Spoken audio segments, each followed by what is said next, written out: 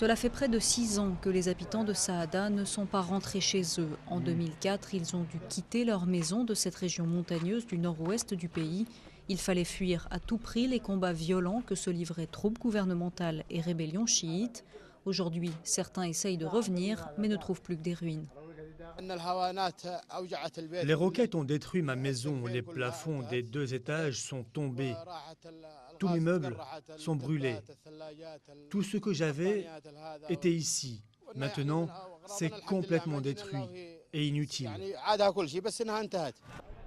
En février 2010, les insurgés signent une trêve, mais pour la ville de Saada, c'est trop tard. 17 000 bâtiments sont entièrement détruits, une bonne partie de cette ville qui comptait plus de 50 000 habitants avant la guerre. Ceux qui rentrent chez eux ont encore leur terre, mais c'est dans une tente qu'ils vivent, car seuls quelques privilégiés ont reçu l'aide du gouvernement. Les gens qui faisaient partie du comité pour la trêve ont reçu des compensations de la part du gouvernement. Nous, on est les faibles. Nos maisons, nos magasins et nos propriétés se sont évanouis. Alors, ça fait 1 an qu'on est dans ce camp et que personne ne s'occupe de nous. Le gouvernement yéménite a bien promis un plan de reconstruction de la ville, mais l'argent tarde à arriver.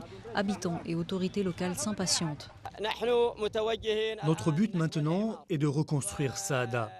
Mais les capacités d'investissement du gouvernorat sont limitées et insuffisantes. Nous avons besoin d'aide de la part de la communauté internationale. La vie reprend son cours à Saada, surtout grâce à la présence des forces de sécurité, car pour les habitants, sous la menace constante d'une reprise des hostilités, c'est toujours l'incertitude qui règne.